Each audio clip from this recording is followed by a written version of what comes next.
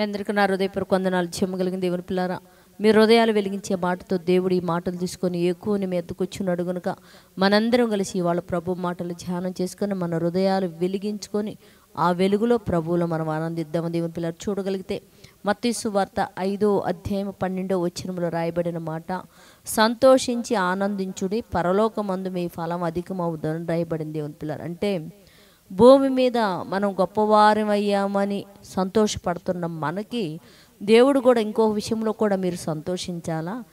ఏంటి అది అంటే, పరలోకమందు మీరు దేవుడి కోసం పడుతున్న శ్రమ, దేవుని కోసం మీరు చేస్తున్న పనులు, మీ మంచితనమును బట్టి పరలోకమందున కూడా దేవుడి దగ్గర మీ ఫలం అధికం అవుతుందని చెప్పేసి మీరు సంతోషపడండి అని చెప్పి దేవుడి మాటలు తెలియజేస్తున్నాడు. కనుక ప్రభువునందు ఆనందిస్తూ ప్రభు పనులు ఎక్కువగా ఉండి పరలోకంలో మన ఫలాలు ఎక్కువ అయ్యే విధంగా మన జీవితాలు మనం కలిగి ఉండినట్లు ప్రార్థన చేద్దాం.